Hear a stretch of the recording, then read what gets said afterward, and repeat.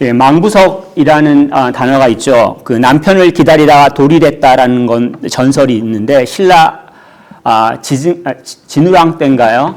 박재상이라는 사람의 아내가 이제 남편을 기다리다 돌이 됐다는 전설이 있죠. 근데 사실 한국에만 있는 게 아니라 6.25 문화권에는 중국에도 있고 그렇습니다. 대부분 이제 열렬을 기린다라는 개념에서 사실 얘기를 하지만 이 박재상의 아내 같은 경우는 박재상이 일본에 가서 왕자를 구출해주고 자기는 죽었어요. 못 돌아오죠. 그러니까 아내는 어떻게 합니까? 바닷가에 가서 자기 죽은 남편이 돌아오기만 기다리는 거예요. 그러다가 돌이 됐다라는 전설이 있는데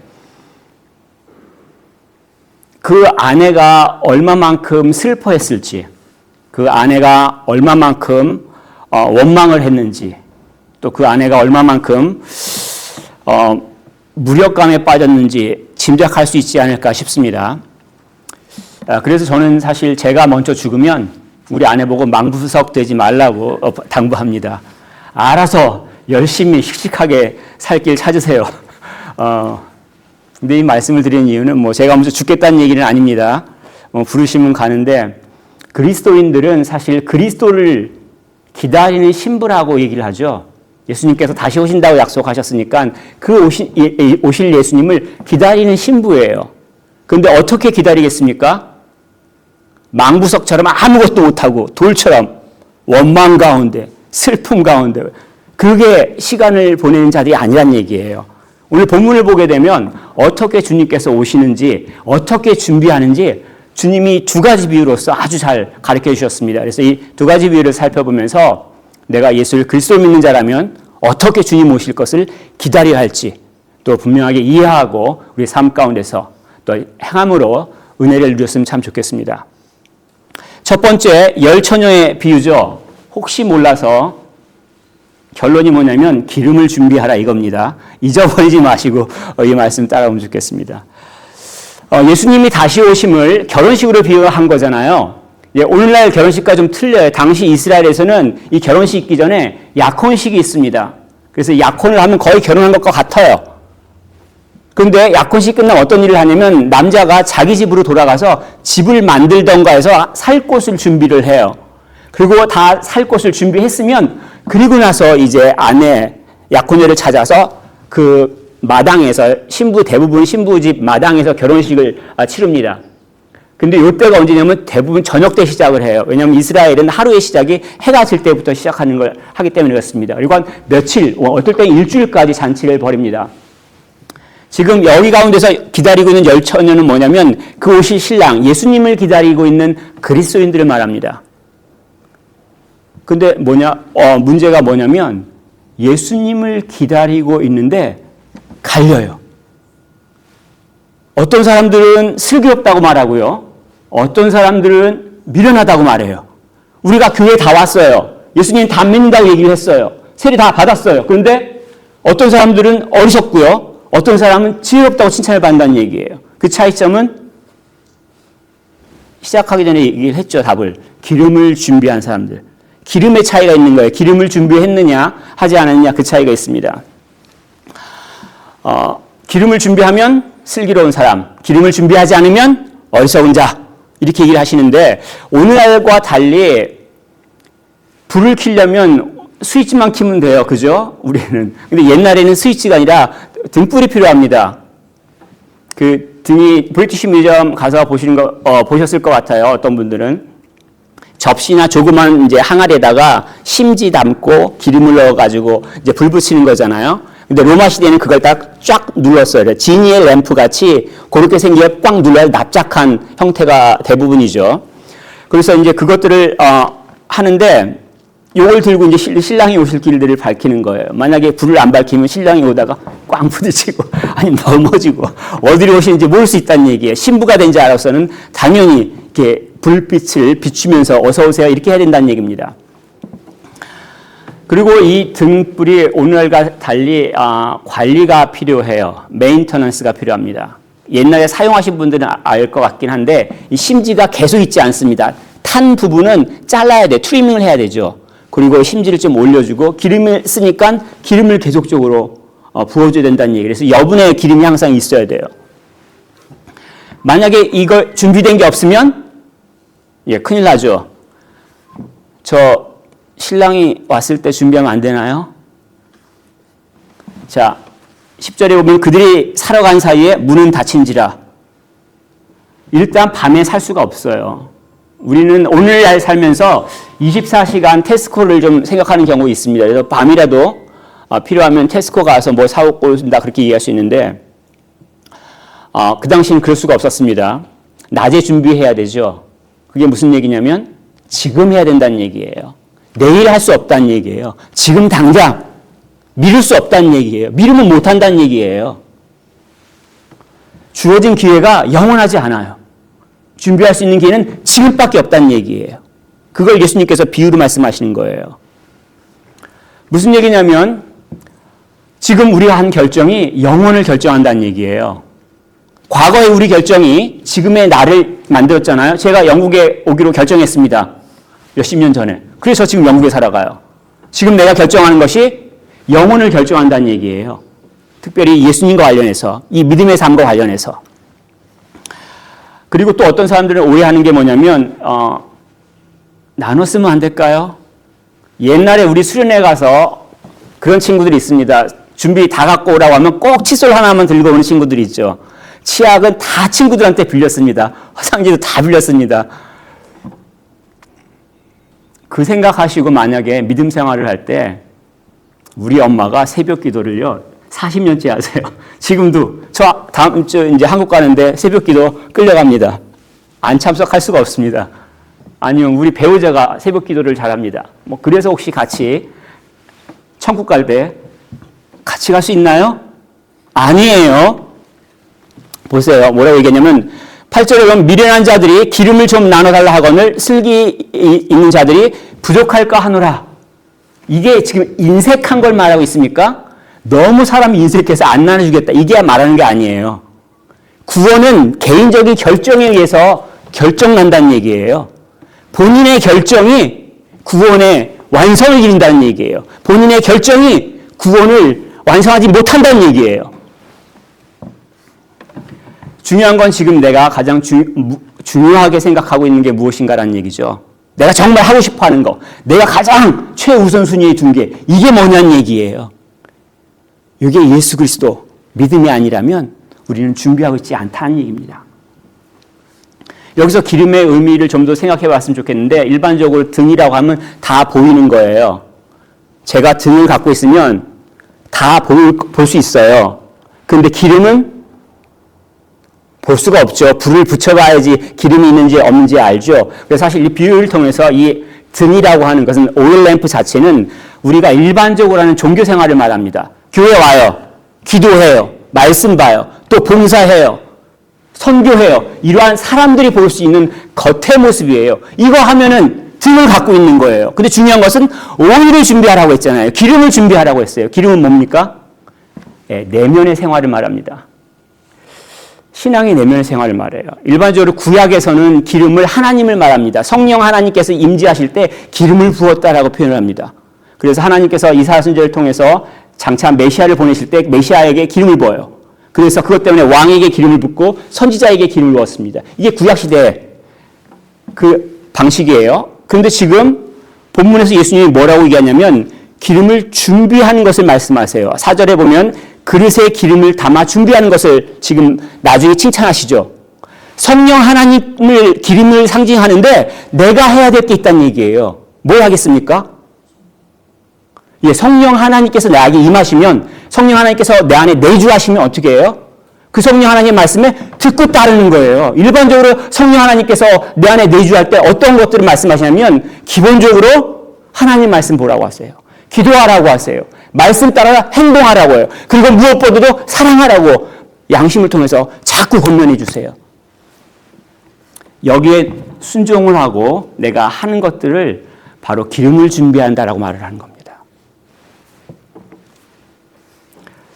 만약에 기름이 없다면 여분의 기름이 없는 사람은 뭡니까?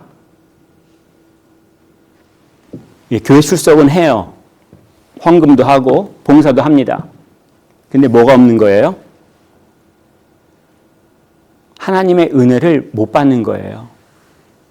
아주 먼 옛날에 받았어요. 중고등학교 때 수련회 가서 막 울면서 하나님 했어요. 근데 지금은 안 그래요. 깡 메말랐어요. 왜요? 은혜를 못 받으니까. 근데 은혜의 수단이 뭐라고 가르쳐줬죠? 감사합니다. 이야, 제가 말씀을 전할 때 이럴 때 참 행복합니다. 은혜의 수단이 말씀과 기도, 성례라고 가르쳐줬잖아요. 개혁기 이후로. 말씀을 안 봐요. 기도를 안 해요. 믿음으로 성례에 참여하지 않아요. 어떻게 어떻게 은혜를 받아요? 가르쳐주세요, 제발. 그런 방법이 있으면 가르쳐주세요. 없어요. 그런데 기름을 준비하지 못하면 결혼잔치에 참여할 수 없습니다. 굉장히 엄격한 것을 보면 11절에 보면 열어주소서 그렇습니다. 어리석은 자들이. 근데 12절에 내가 너를 알지 못한다. 설마 모시겠다는 얘기 정말 아니죠? 심판이 엄격하다는 얘기예요. 그날에는 이걸 돌이킬 수가 없는 거예요. 제발 봐주세요. 이게 안 된다는 얘기예요. 사실 예수님의 재림이 더디 오는 것 같습니다. 근데 물론 성경에서는 다른 이유들을 설명을 하긴 합니다. 근데 분명히 있다고 가르쳐주고 계시죠. 하나님 말씀에. 그리고 내가 알 수 없을 때 갑자기 본문에 보면 신랑이 밤중에 지금 찾아옵니다. 유대인들이 결혼식을 할 때 언제 시작하냐면 밤이 시작되면 해가 지자마자 그때 결혼식을 시작해요. 초저녁에. 그때 하루 시작이니까. 근데 지금 상황이 언제냐면 밤중이에요. 한밤중이에요. 다들 막 기다리다가 조는 한 대여섯 시간은 기다려야지 졸잖아요. 그래서 예수님께서 오실 때를 도적 같에 오신다라고 표현하는 방법이 여기에 있습니다. 우리가 알지 못하지만 갑작스럽게 온다는 얘기예요. 그때 준비를 못한다는 얘기예요. 근데 그 재림에 준비를 안 한 사람이나 준비를 한 사람이나 모두 참여하죠. 슬기로운 다섯 처녀나 미련한 다섯 처녀나 다 참석을 해요. 그렇지만 그때를 알지 못하니까 지금 준비하라는 얘기예요. 기름을 준비하라는 얘기예요. 성령 하나님의 인도하심을 받아 삶을 살라는 얘기예요. 말씀을 보시고 기도하시고 그 말씀이 기준이 돼서 결정하는 삶을 살라는 얘기예요. 그러면 이거의 결과가 어떻게 되냐면 변화가 발생해요. 이 은혜의 수단들을 사용하면서 신앙생활을 하면 변화가 발생해요. 어떤 변화냐면 내가 태어난 그 모습이 아니에요. 내가 태어난 우리 집안의 가정에 그 풍토가 있어요. 그 어법이 있어요. 그 문화가 있어요. 근데 내가 은혜를 받고 살아가면 여기에 멈춰 있지 않아요. 바뀌어요. 어떠한 집안에 태어났다 할지라도 그리스도의 모습으로 바뀌어요. 집안이 좋고 나쁘고 상관없어요. 그리스도의 모습으로 바뀌어요. 변화가 생긴다는 얘기예요. 그 변화가 생기면 이 사람이 있는 곳이 밝아지겠죠. 그 사람의 가정이 이 사람을 통해서 복을 누려요. 교회가 이 사람을 통해서 복을 누려요. 공동체가 이 사람을 통해서 복을 누리게 된다는 얘기예요. 두 번째, 예수님께서 달란트의 비유를 하셨습니다. 이 두 번째는 우리가 책임감을 가져야 된다. 그러니까 하나님께서 우리에게 주신 것을 사용해야 된다. 이 말씀입니다. 어떤 주인이 종들에게 달란트를 맡겼습니다. 당시 예수님 당시에 그 헤롯 왕이 있었죠. 그 전에 헤롯 해가지고 헤롯 대왕이 있었는데 이 헤롯 대왕이 사실은 이방인 이두메 출신이잖아요. 에돔 족속. 근데 이스라엘 왕이 됐어요. 어떻게 됐냐면 자기가 정통적으로는 될 수가 없으니까 로마에 가서 로마 황제한테 팔레스타인 지역 왕위를 받아갖고 돌아온 거예요. 그러니까 먼 나라 가서 왕위를 받아갖고 돌아왔다면 헤롯을 생각할 수가 있는데 그래서 당시 사람들은 이게 현실적이라고 생각을 해요. 근데 예수님은 뭐예요? 예수님께서 십자가에 죽으시고 부활하셔서 승천하셨어요. 떠나셨다는 얘기예요. 그리고 언젠간 다시 오시는데 만물의 심판주로서 만왕의 왕으로서 오신다는 것을 가르쳐 주신 거예요. 그러면서 우리에게 달란트를 주셨다는 얘기예요. 그럼 달란트가 뭐겠습니까? 어린 시절 주일학교 다닐 때 상 받아온 그 쿠폰을 생각하시면 절대 아니라고 말합니다. 그거 달란트 어디다 쓰실지 모르겠지만 그거 아니에요. 구약 성경에서는 무게의 단위죠. 얼마만큼 무거운가. 근데 예수님 당시 신약 시대에는 이게 무게와 더불어서 화폐의 단위로 바뀌었습니다. 그래서 1달란트 하면 한 6천 데나리온에 해당합니다. 그러니까 내가 열심히 일해서 받은 하루 수당이 1 데나리온이라고 하면 20년치 연봉이라는 얘기예요. 1달란트가 20년치 연봉을 한꺼번에 줬다는 얘기예요. 여러분에게 지금 누군가 20년치 연봉을 한꺼번에 주시면 어떻겠어요? 쓸 때 굉장히 많죠? 저도 쓸 때 많습니다. 어쨌든 그런데 지금 이 본문에 보면은 이 달란트가 돈으로만 해석되지는 않습니다. 예, 주신 거잖아요, 왕이. 맡긴 일이에요. 사명이라고 말할 수 있습니다. 그리스도인들에게 맡겨주신 사명을 말해요. 이것이 이제 우리 일하는 곳에서, 직장에서, 사업체에서, 아니면 이 세계에 있어서 정의와 사랑을 또 실현시키려고 있는 사회운동으로서 나타날 수도 있고요. 또 가장 근본적으로 복음을 전하는 사명을 말하기도 합니다. 이 달란트가 뭘 말하는지 여러 가지를 얘기할 수 있습니다. 우리에게 주신 재능, 또 사명이나 또 우리가 처한 곳에서 복음을 드러낼 수 있는 그것들, 기회들을 말씀하고 있어요. 자, 그런데 문제는 뭐냐면 이것을 각기 달리 주셨대요. 한 사람에게는 5달란트, 한 사람에게는 2달란트, 한 사람에게는 1달란트를 줬습니다. 혹시 이 구절 읽으면서 불공평하다는 생각하십니까? 아유, 하나님, 왜 저는 이런 집안에 태어나가지고 이렇게 살아요? 돈이 없어요. 교육을 못 받았어요. 키가 작아요. 또 뭐라고 있습니까? 많은 경우 그런 불평하지 않습니까? 내가 태어난 곳이 형편이 없어가지고 난 제대로 못 산다. 이렇게 얘기할 수 있는 사람들이 많이 있습니다. 난 다른 사람보다 받은 달란트가 적어. 그렇게 말할 수가 있어요. 그런데 여기서 보면 굉장히 독특하게 표현하셨습니다. 각자 그 능력대로라고 15절에 말하고 있습니다. 그러니까 each according to his ability라고 표현하고 있는 거예요. 그 주인이 달란트를 줄 때 그 사람의 능력을 보고 이 사람은 능력이 이만큼이건 해서 거기에 맞는 달란트를 주셨다는 얘기예요. 제가 만약에 능력이 안 되는데 달란트를 많이 줬어요. 그럼 어떻게 해요? 좀 이해가 안 되시죠? 교회 원래 때 할 일이 많습니다. 세이프가딩도 해야 되고요. 헌금 개수도 해야 되고요. 또 우리 수련회 찾아봐야 되기도 하고요. 그리고 또 아이를 가르쳐 주기도 해야 되고요. 자, 이것을 다 한 사람이 하세요. 딱 한 사람한테 줍니다. 그럼 어떻게 됩니까? 생각만 해도 힘들어요. 한 사람이 있을 수가 있죠. 근데 어떤 사람들은 그것들을 해내요. 그냥 또. 만약 내가 달란트가 적다. 하나님 저한테 이렇게 재능을 적게 주셨어요. 저한테 돈을 이렇게 적게 주셨어요. 저한테 왜 복음을 전할 수 있는 기회가 적어요? 라고 생각하신다면 하나님이 저주하신 게 아니라 우리에게 맞게끔 보시고 주셨다는 것을 받아들일 필요가 있습니다. 문제는 어떻게 해요? 그걸 사용하는 거죠. 하나님이 불공평한 분이 아니라 내가 그걸 어떻게 사용하냐 그 문제예요. 지금 여기서 사용 여부가 확 틀려집니다. 5달란트는 받은 자는 5달란트를 남겼고 2달란트 받은 사람은 2달란트를 남겼습니다. 100% 수익률이에요. 여러분들이 지금 100파운드 갖고 있는데 100파운드 투자했어요. 100%를 수익률을 얻었습니다. 그럼 어떤 일이에요? 잘 알았죠. 아직 모르시군요. 투자를 할 때 100% 수익률 어마어마한 거예요.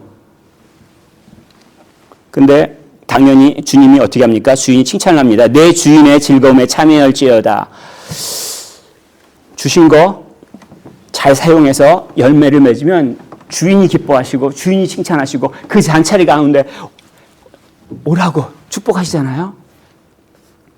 근데 1달란트 받은 사람은 어떻습니까? 18절을 보면 1달란트 받은 자는 가서 땅을 파고 그 주인의 돈을 감추어 두었더니 혹시 땅 판 게 죄인가요?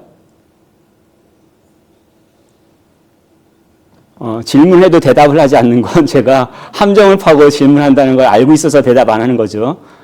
근데 이제 당시에 이 땅을 파고 이렇게 돈을 넣는 건 저장 방법이에요. 오늘날 같이 안전한 은행들이 있고 그러면 거기다가 뭐 금이나 넣어놓기는 하잖아요. 근데 옛날에는 안전한 곳이 어디냐면 그런데 밭에다가 파가지고 보아놓는 거예요. 예수님도 천국을 어떻게 비유하셨냐면 밭에 감추인 보화와 같다고 얘기를 했어요. 몇 년 전에 한국에서 마늘밭에다 돈 넣은 거 혹시 기사 보셨나요? 20세기, 21세기에도 땅에다가 돈을 숨긴단 말이에요. 그러면 잘못한 겁니까? 1달란트 받은 사람이 땅에다가 잘 보관한 거? 이번에도 대답을 안 하시는군요. 자, 근데 뭐가 문제죠? 예, 주인이 어떠한 분인지 잘 몰라요. 주인에 대해서 오해하고 있는 거예요. 24절에 보면 주인이여 당신은 굳은 사람이라 하드맨이라고 표현하는 거죠. 공동번역에서는 무서운 분, 그리고 현대인의 성경은 지독한 분 이렇게 번역을 했어요. 주인이 나쁜 놈이라는 거예요. 와, 왜 나쁘냐고요? 노력도 안 하고 가지려고 그러고 있어요. 이건 사실 당신이 훔치려고 그러지 이걸 돌려 말한 거예요. 그리고 또 어떤 표현을 하냐면 해치지 않은 데서 모으는 줄 내가 알았으므로, 이건 뭐냐면 당신이 타작을 할 때 열매가 맺으면 그것을 타작마당에 놓고 이렇게 도리깨를 쳐서 골라내서 또 바람에 하는 이런 과정이 불필요한 게 있습니다. 힘들어요. 요 과정 없이 그냥 알고만 얻으려고 하는, 노력 하나도 안 하고 그냥 머리만 써가지고 그냥 얄팍하게 이윤을 추구하려고 하는 거 아니에요? 나를 시켜서 이렇게 말하고 있는 거예요. 그런데 사실은 이 주인을 비난하는 건 자기가 일하지 않은 것을 변명하려고 지금 비난하는 거예요. 자기가 잘못했는데 당신이 잘못했어 이렇게 일반적인 우리의 그 죄된 본성을 말하고 있습니다. 두 번째, 이러한 생각을 갖고 있으면, 주인에 대해서 잘못 생각하고 있으면 어떤 결과가 나오냐면 두려워요. 그래서 25절에 보면 두려워하여 땅에 감추었다라고 얘기합니다. 하나님에 대해서 잘못된 생각을 가진 사람들은 대부분 두려워해요. 이 두려움이 해결이 안 돼요. 성경에서 가르쳐주고 계신 그 하나님을 이해하고 그 하나님을 만나지 않으면 하나님 얘기 나올 때마다 캥겨요. 잘못하면 한 방 때릴까 봐 되게 겁먹고 있어요.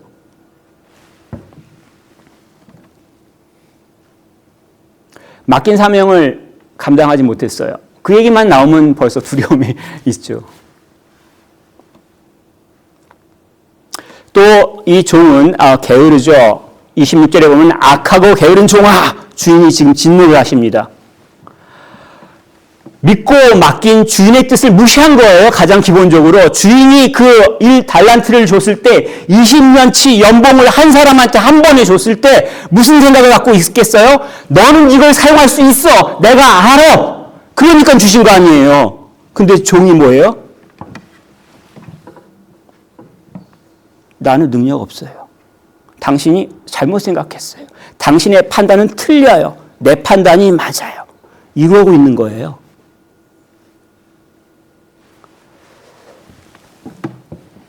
주인을 비난합니다. 이 1달란트를 땅에 묻은 자는 나쁜 사람이죠. 주인이 나쁜 사람이라고 얘기합니다. 공짜를 바란 사람이라고 얘기합니다. 악질적인 사람이라고 얘기를 해요. 근데 실제로 이 모습이 누구의 모습입니까? 1달란트 받은 사람의 모습이죠. 나쁜 사람이잖아요. 주인의 뜻도 막 무시하고. 공짜 바라잖아요. 자기 노력 하나도 안 했는데 자기 잘했다고 칭찬받으려고 하는 거잖아요. 내가 잘한 거예요. 잘못했음에도 불구하고. 악질적인 사람 아니에요?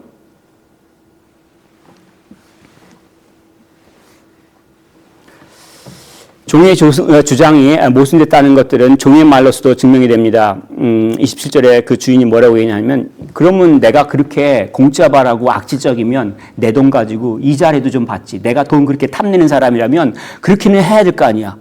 근데 종은 그것도 안 했다는 얘기예요. 종은 지금 자기가 잘못하는 거 변명만 하는 거예요. 앞뒤도 안 맞고. 자기 생각만 하는 거. 얼마나 셀피시하다는 얘기예요.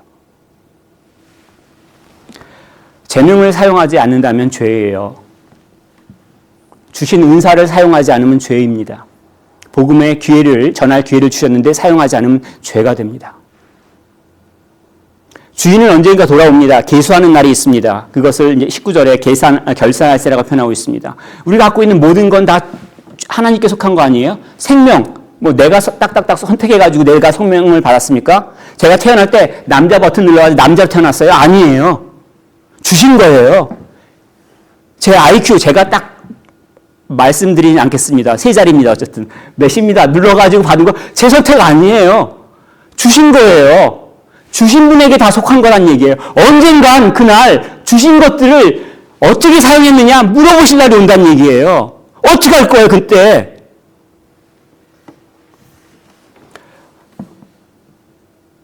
열매를 맺어야 되죠. 근데 이게 우리가 또 오해하는 건 열매를 많이 맺어야지 좋다라고 생각할 수가 있어요. 근데 그 주인이 종을 칭찬할 때 5달란트 남긴 사람을 칭찬했잖아요. 그럼 2달란트 남긴 사람은 어떻게 칭찬해야 돼요? 좀 적게 칭찬합니까? 많이 남길 걸 좋아하시면은 많이 남긴 대로 칭찬하셔야 될 거 아니에요. 근데 본문을 읽어보시면요. 5달란트나 2달란트나 남긴 자들은 똑같이 칭찬하시고 똑같이 축복해 주셨어요. 한 글자도 틀리지 않아요. 얼마큼 많이 남겼다는 건 주인한테는 상관이 없어요. 종들한테 그 정도 줄 돈 있는 사람이면 그게 문제가 안 된다는 얘기예요. 하나님이 얼마나 풍요로우신 분인데 우리가 뭐 한 것 때문에 기뻐하시고 뭐 한 것 때문에 슬퍼하시겠어요? 아니에요. 우리가 그 주님의 뜻을 받아들이는 거 사랑합니다 하고 그 뜻대로 행하는 걸 기뻐하신다는 얘기예요. 실패하는 걸 두려워하지 않는 거예요.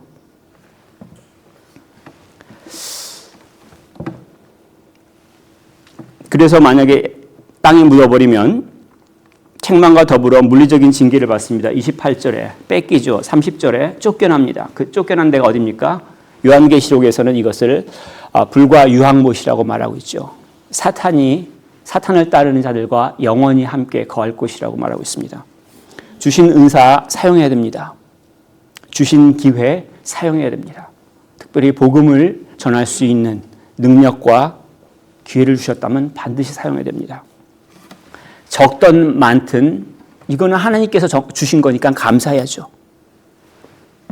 두려워하지 말고 잃어버릴 거 걱정하지 말고 주께서 다시 오실 때 주님께 드릴 게 있어야 될 거 아니에요. 예수님께서 이 두 가지 비유로 마지막 때를 사는 그리스도인들에게 권면을 하십니다. 기름을 준비하라. 그리고 주신 달란트를 사용하라. 겉으로 볼 수 있는 종교적인 활동만 하고 오해하시면 안 돼요. 그러면 책망을 받아요. 그럼 망합니다. 내적인 변화가 있어야 돼요. 기름을 준비해야 돼요. 말씀을 읽고 기도하고 거기에 따라 행동을 함으로 인해서 내 삶 가운데 변화가 있는 것. 이게 있으려면 어떤 일이 벌어지냐면요. 전쟁이 일어나요. 어떤 전쟁이 일어나냐면 나랑 싸워요. 내 속 안에서 내 속 안에 있는 또 다른 나와 싸워요. 사실은 악한 영과 싸우는 건데 이것이 얼마나 치열한지 몰라요. 죽는 것과 같아요. 이런 마찰이 있어야지 빛이 난다는 얘기예요. 나의 삶 가운데 내가 속한 그곳에서 빛이 난다는 얘기예요. 그 빛을 들고 주님 오세요. 이렇게 말할 수 있다는 얘기예요. 여러분들은 주님 오실 때 어떤 모습으로 주님을 맞이하시겠습니까? 주님 오시는 걸 고대하고 오실 때 어서 오세요. 보세요. 이거 제가 남긴 거예요. 막 이렇게 울면서 주님을 맞이하고 싶지 않습니까? 우리의 마지막을 그렇게 마무리하면 참 좋겠습니다. 이 땅에서 마무리할 때 그런 축복된 마무리를 우리 모두가 할 수 있도록 축복하며 권면하겠습니다.